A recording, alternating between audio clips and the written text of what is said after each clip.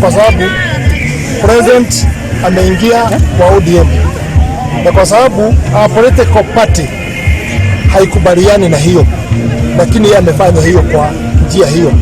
So tungesema ni mzuri sasa ODM iko kwa serikali.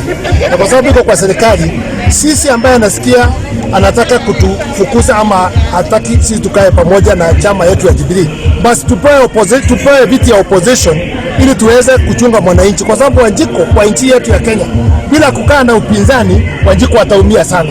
Kwa hivyo sisi tuchukue hiyo nafasi basi ya hiyo viti ya upinzani. Hawa na Raia na grupu yake ODM basi waendelee kuwa kwa serikali. And it will be good. We cannot say we need the opposition, we need the government. Saa hii mambo ya corona pesa na nini inatumiwa, hakuna mtu ya kuweza kujibu. They in one bedroom, all of them. Pesa ikiibiwa, ikifanywa nini, they are all together. So they cannot talk anything because they are chewing something. Kwa hivyo ni nani atatetea Wanjiko?